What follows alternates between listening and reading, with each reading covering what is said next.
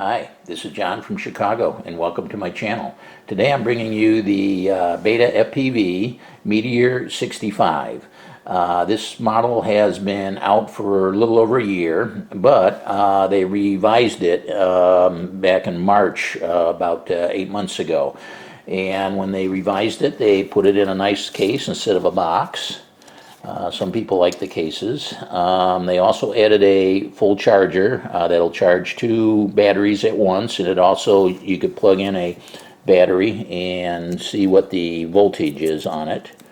Let's see. So you can see what the voltage is. So it's a tester also, as well as a charger. And let's see, they included 4 propellers, the 2 batteries, a screwdriver, a QR code for the manual. So that's what's included in this.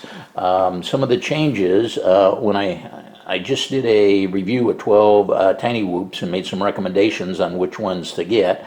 And when I made that review, I used the older Meteor65, and I said I would do this review once my newer one came in. It was stuck in customs. It took over a month to get, so it came in, and I've had it for about 3-4 weeks now, and I've been testing it. So I'll bring you my testing. What I'm going to do is, just like the others, I'm going to do a thrust test on it. I'm going to do a distance range test, see what the range is. And then I'm going to do an indoor speed test, but I'm not going to do the outdoor speed test around the playground track. We've had snow on it for the last month, and I'm afraid when it lands in the snow, it's going to short it out. It'll have everything, all the testing that I've done on all the other quads except for that outdoor speed test.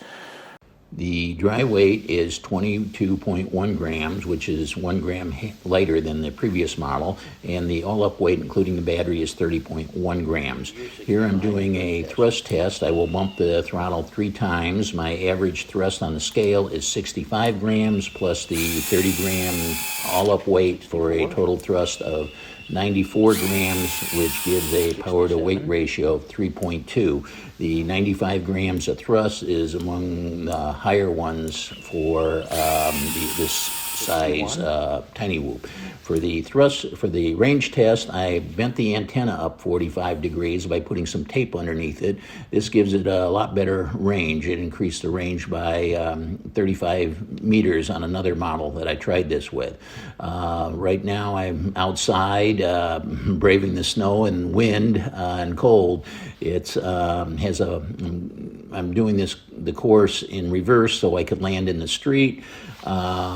It's probably a 15 to 20 mile an hour headwind I'm going into, and it's 40 degrees out there, so the battery is dropping and voltage pretty quick. The number that's important is the RSSI. That's on the left side of the screen, a little bit below the center. It's running about 60 right in here, 45, but if it gets below 23, the quad drops. So the big thing is going to fail because of the radio link or the video link. The video, I'm at a little over, that's 200, my wife's here at 250 meters. That's where we guessed it would have fallen, but it keeps going. It's hard to see. I luck out here. I was able to get the video back and get back to the street. Well, I get back to the street eventually. That car's at 280 meters. I end up getting in front of that car and landing in the driveways, which is at 300 meters. My RSSI, I think the lowest that it got to is 37 there, but it dropped down to 27 at some point. So it was not a VTX failure, but a RX failure. It was a VTX failure. So 300 meters is pretty good. Now I'm doing the indoor speed lap testing, and then look at that video. It's great. This newer camera does a great job indoors. It's among some of the best, but outdoors it's not quite as good. But I'm averaging 9 seconds per lap here, which is good. I do hit the ground a few more times than normal. but at 9 seconds, it's fairly good. My fastest times, I've had several at 8 seconds.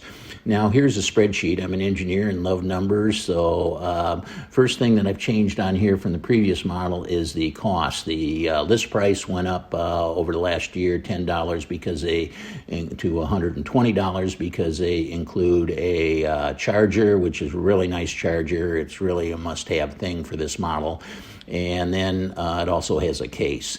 But the lower number there is what I was able to buy it for at a Black Friday sale. They had it marked down from $120 to $88, and they put a 20% discount on everything in their store for that 4-day period. So I was able to get it for $70. Some of the highlights here, let's see, the dry weight's 22.1, probably near the average. The peak thrust was 95 grams, which was near the upper end. Lap speed time, 9 seconds, just 1 second off some of the faster ones. I left the playground track time the same as a previous model since I wasn't able to do that at 11.7 seconds. The range at 300 meters, it was a VTX failure. That's quite good. It's among the best. And I upped the flight time a little bit to 2 minutes, 10 seconds.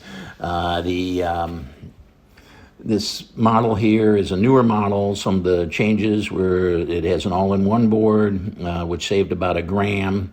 The all-in-one board includes the VTX. It also has a new camera and the new canopy. So those are the main changes to the quad.